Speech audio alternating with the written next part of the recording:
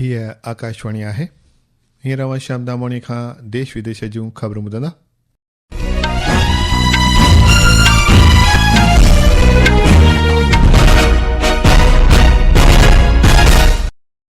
सभ खां अवल अहम ख़बरूं। इंतिख़ाबी कमीशन चइनि राज्यनि ऐं हिक मर्कज़ी ज़ेर इंतज़ाम रियासत में विधानसभा चूंडुनि जे कार्यक्रम जी पधिराई कई आहे।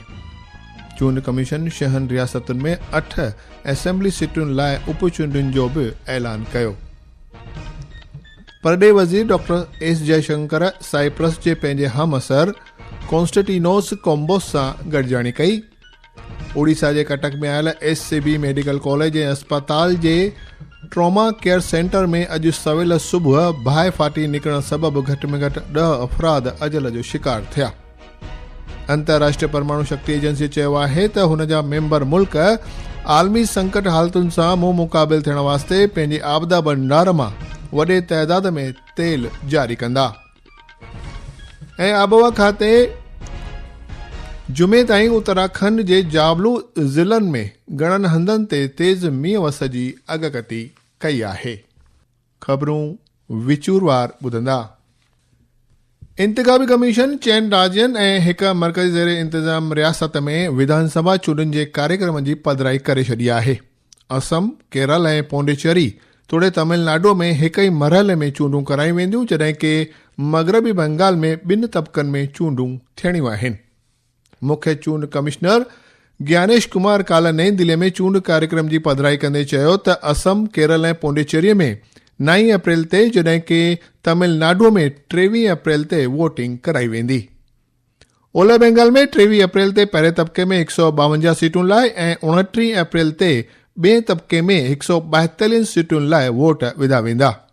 हुन अॻिते ईअं बि चयो त The Model Code of Conduct आचार संहिता लागू होने से पहले जो भी कदम उठाए गए वे संबंधित सरकार का विशेषाधिकार है, लेकिन अब से आचार संहिता के नियम लागू होंगे। पश्चिम बंगाल चुनाव के बारे में निर्वाचन आयोग ने विस्तार से चर्चा की है। इसे पहले 8 चरणों के बजाय अब 2 चरणों में कराया जाएगा। आयोग का मानना है कि चरणों की संख्या को कम करना जरूरी था ताकि यह प्रक्रिया सभी के लिए आसान और सुविधाजनक हो सके। come into force just now. अवांखे ॿुधायूं त 6 राज्यनि ऐं हिक मर्कज़ी ज़ेर इंतज़ाम रियासत में दाख़िल थियल वोटनि जी ॻणप हिक ई ॾींहुं यानी 4 मई ते कराई वेंदी। इलेक्शन कमीशन 6 रियासतुनि में 8 असेंबली सीटुनि लाइ उपचूंडुनि जो बि ऐलान कयो आहे। इहे सीटूं गोवा में पोंडा, गुजरात में उमरेठ, कर्नाटक में बागलकोट ऐं दावनगिरी, महाराष्ट्र में राहोरी ऐं बारामती, नागालैंड में कोरीडांग ऐं त्रिपुरा में धर्मनगर सीटूं शामिल आहिनि। Chief election commissioner Shri Gyanesh Kumar काल्ह नई दिल्ली में हिक प्रेस कॉन्फ्रेंस में ॿुधायो त गोवा, कर्नाटक, नागालैंड ऐं त्रिपुरा में उपचूंडुनि लाइ नोटिफिकेशन अॼु जारी कयो वेंदो ऐं वोटिंग 9 अप्रैल ते थींदी। हुन वधीक ईअं बि चयो त गुजरात ऐं महाराष्ट्र में उपचूंडुनि लाइ नोटिफिकेशन हिन महीने जी 3 तारीख़ ते जारी करायो वेंदो ऐं वोटिंग 23 अप्रैल ते थींदी। वोटनि जी ॻणप 4 मई ते थियणी आहे। भारतीय जनता पार्टी जे राष्ट्रीय वॾेरे नितिन नबीन चयो आहे त राष्ट्रीय लोकशाही इतिहाद यानी NDA ऐं भाजपा कार्यकर्ता चूंडुनि लाइ बिल्कुलु तयारु आहिनि। 6 राज्यनि ऐं हिक मर्कज़ी ज़ेर इंतज़ाम रियासत लाइ चूंड तारीख़ुनि जी पधिराई थियण खां पोइ श्री नबीन हिक सोशल मीडिया पोस्ट में चयो त प्रधानमंत्री नरेंद्र मोदीअ जी सरपरस्तीअ में NDA असम ऐं पोंडिचेरीअ में ॿीहर सरकार क़ाइमु करण लाइ बिल्कुलु तयारु आहे। हुन अॻिते ईअं बि चयो त माण्हुनि जी आसीस सां ओलह बंगाल, तमिलनाडु ऐं केरल में पिणु NDA जी सोभ जी वाट वेकरी थी रही आहे। लोकसभा में अॼु माली साल 2026-27 लाइ रेल वज़रात जी ग्रांट घुर्जुनि ते चर्चा ऐं वोटिंग थींदी। ज़रे ऐं हाली कल्याण वज़रात जी ग्रांट घुर्जुनि ते चर्चा पिणु ऐवान जे अॼु जी फ़हरिस्त में शामिल आहे। राज्यसभा में तरतीब बिल 2026 ते चर्चा थियणी आहे। इन बिल द्वारा अदायगी ऐं माली साल 2025-26 जी शेवाउनि लाइ जोड़ियल फंड मां खयल रक़म जी तरतीब खे कानूनी ठहिराइणु आहे। ही ख़बरूं अवां आकाशवाणीअ तां ॿुधी रहिया आहियो। ही ख़बरूं तव्हां असांजे YouTube channel air news Gujarat ते पिणु ॿुधी सघंदा आहियो। वधीक ख़बरुनि लाइ तव्हां असांजी वेबसाइट newsonair.gov.in ते राब्तो करे सघो था। परॾेही वज़ीर डॉक्टर एस जयशंकर ब्रुसेल्स में साइप्रस जे पंहिंजे हम असर कॉन्स्टेंटिनोस कोम्बोस सां गॾिजाणी कई आहे। हिकु सोशल मीडिया पोस्ट में डॉक्टर जयशंकर चयो त हुन रिथाबंदी वारी भाईवारीअ खे वधीक मज़बूत करण जे तरीक़नि ते बहस कयो ऐं ओलह एशिया जे सूरत हाल ते ख़्यालनि जी ॾेवट बि कई। हुन वधीक ईअं बि चयो त हू यूरोपीय यूनियन ऐं भारत जे विच में राब्ते खे अॻिते वधाइण तोड़े साइप्रस जी हिमायत जी तारीफ़ करे थो, ख़ासि तौर ते जॾहिं साइप्रस हिन वक़्तु यूरोपीय यूनियन काउंसिल जी सदारत रखे थो।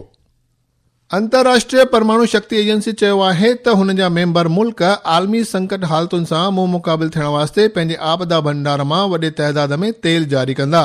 एजेंसी हिकु बयान में चयो आहे त एशिया ऐं ओशनिया देश तकिड़ो तेल जारी करणु शुरू कंदा, जॾहिं कि यूरोप ऐं अमेरिका जे आपदा भंडार मां रसद हिन महीने जी आख़िर दारे शुरू थींदी। एजेंसी ईअं बि चयो आहे त इन उपाउ मां तेल जी आलमी रसद में इज़ाफ़ो ईंदो। अंतर्राष्ट्रीय परमाणु शक्ति एजेंसीअ अंतर्राष्ट्रीय परमाणु शक्ति एजेंसीअ 40 करोड़ बैरल तेल जारी करण जी पधिराई कई आहे। पेश आहे हिकु अहवाल। अंतर्राष्ट्रीय परमाणु ऊर्जा एजेंसी ने एक वक्तव्य में कहा कि एशिया और ओशनिया देश तत्काल तेल जारी करना शुरू करेंगे, जबकि यूरोप और अमेरिका के आपात भंडार से आपूर्ति इस महीने के अंत तक शुरू होगी। इस आपात उपाय से तेल की वैश्विक आपूर्ति बढ़ेगी। अंतर्राष्ट्रीय परमाणु ऊर्जा एजेंसी ने 40 करोड़ बैरल तेल जारी करने की घोषणा की है। यह मात्रा वर्ष 2022 में यूक्रेन पर रूस के हमले के बाद एजेंसी द्वारा जारी की गई मात्रा के 2 गुने से भी ज्यादा है। समाचार कक्ष से आनंद पाठक। उड़ीसा में अॼु सुबुह जो कटक में SCB मेडिकल कॉलेज ऐं अस्पताल जे ट्रॉमा केयर सेंटर में हिकु वॾी बाहि लॻण सबबि घटि में घटि 10 अफ़राद अजल जो शिकार थिया आहिनि। अस्पताल जे अमले जा 11 मेंबर मरीज़नि खे बचाइण दौरान सड़ी ज़ख़्मी थी पिया। ऑफिसरनि चयो आहे त बाहि अॼु सुबुह 3 वॻे ट्रॉमा केयर डिपार्टमेंट जे पहिरीं मंज़िल ते लॻी। इतलाउनि मूजिबि शॉर्ट सर्किट जे करे इहा बाहि लॻी। मुख्यमंत्री मोहन चरण मांझीअ ओडिशा जे सिहत वारे वज़ीर मुकेश महालंग सां गॾु मौक़ा वारदात ते पहुता ऐं सूरत हाल जो जाइज़ो वरितो। मुख्यमंत्री चयो आहे त 10 माण्हू फौत थी विया आहिनि। हुन हर फौत थियण जे माइटनि लाइ 5 लख रुपया माली इमदाद जो ऐलान कयो आहे ऐं ऑफिसरनि खे हिदायत कई आहे त ज़ख़्मी थियण जो मुनासिब इलाज यकीनी बणायो वञे। कतर जे शहर दोहा में भारत जे सिफ़ारती खाने ॿुधायो आहे त कतर जहाज़रानी ईंदड़ 2 ॾींहनि में भारत लाइ 3 वधीक उॾामूं हलाईंदी। इहे कतर खां नई दिल्लीअ, मुंबई ऐं कोची ताईं हलंदियूं। इन खां अॻु कतर एयरवेज़ काल्ह भारत लाइ 1 उॾाम हलाई, जंहिंमें मुसाफ़िरनि खे नई दिल्ली आंदो वियो। कतर में भारत जे सिफ़ारती खाने चयो आहे त हू भारतीय नागरिकनि ऐं इमरजेंसी मामलनि जी मुसाफ़िरीअ खे आसान बणाइण लाइ मक़ामी इख़्तियारी ऐं कतर एयरवेज़ सां गॾिजी कमु करे रहियो आहे।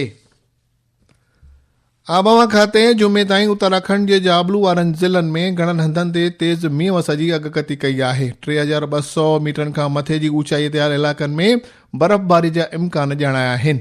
मैदानी इलाइक़नि में केतिरनि ई हंधनि ते जकीअ खां विचोली बरसात जो बि इम्कान ॼाणायो वियो आहे। आख़िर में ख़ासि ख़बरूं हिकु बार ॿीहर ॿुधंदा। इंतिख़ाबी कमीशन 4 राज्यनि ऐं हिकु मर्कज़ी ज़ेर इंतज़ाम रियासत में विधानसभा चूंडनि जे कार्यक्रम जी पधिराई कई आहे। चूंड कमीशन 6 रियासतुनि में 8 असेंबली सीटुनि लाइ उप चूंडनि जो बि ऐलान कयो। परॾेही वज़ीर डॉक्टर एस जयशंकर साइप्रस जे पंहिंजे हम असर कॉन्स्टेंटिनोस कोम्बोस सां गॾिजाणी कई। ओडिशा जे कटक में आयल SCB मेडिकल कॉलेज ऐं अस्पताल जे ट्रॉमा केयर सेंटर में अॼु सवेल सुबुह बाहि लॻण सबबि घटि में घटि 10 अफ़राद अजल जो शिकार थिया। अंतर्राष्ट्रीय परमाणु शक्ति एजेंसीअ चयो आहे त हुन जा मेंबर मुल्क आलमी संकट हालतुनि सां मुंहुं मुक़ाबिल थियण वास्ते पंहिंजे आपदा भंडार मां वॾे तइदाद में तेल जारी कंदा। ऐं आबोहवा खाते जुमे ताईं उत्तराखंड जे जाबलू ज़िलनि में घणनि ई हंधनि ते तेज़ मींहुं वस जी अॻकथी कई। आकाशवाणीअ तां सिंधीअ में ख़बरुनि जो इहो अंक ते समाप्त थियो।